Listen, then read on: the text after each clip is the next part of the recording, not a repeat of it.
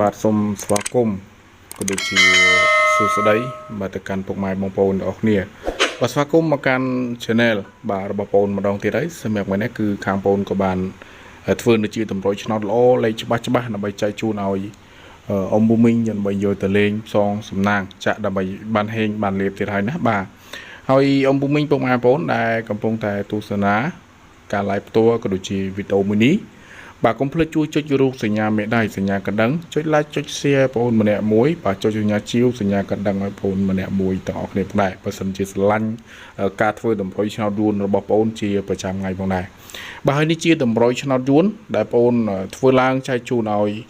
ពុកម៉ែបងប្អូនលេងនៅក្នុងវីដេអូនេះបាទពុកម៉ែបងប្អូនអាចយកទៅលេងអាចយកទៅចាក់ផ្សងសំណាងកំសាន្តបានចំពោះការធ្វើតម្រុយឆ្នោតយួនបងប្អូននេះមិនប្រើដោយទៅទៀមទាសេវាឬក៏ទៀមទាសកលនេះទេណាបាទស្រឡាញ់ពេញចិត្តខ្ទង់មួយណាក្របមួយណាគឺយកទៅផ្សងសំណាងកំសាន្តទាំងអស់គ្នាបានបាទហើយសម្រាប់ពុកម៉ែបងប្អូនអ៊ំពូមីងទាំងអស់គ្នាបាទដែលគាត់អាចយកទៅលេងបានហ្នឹងគឺមានទាំងប៉ុស A B C D បាទប៉ុស A B C D ហើយវេនម៉ោង4:30 នាទីនិងម៉ោង6:30 នាទីសិតតលេខល្អលេខច្បាស់ហើយពុកម៉ែបងប្អូនបាទដែលគាត់ចង់ស្គាល់បាទចង់ស្គាល់ Facebook បងប្អូនដែលគាត់ចង់ឆាតមក Facebook បងប្អូន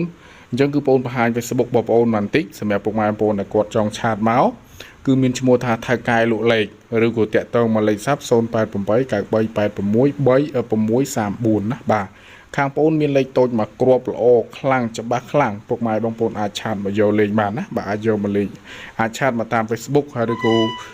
អេតមក Facebook ថៅកែលក់លេខបងប្អូនបានណាបាទចង់បានឆាតមក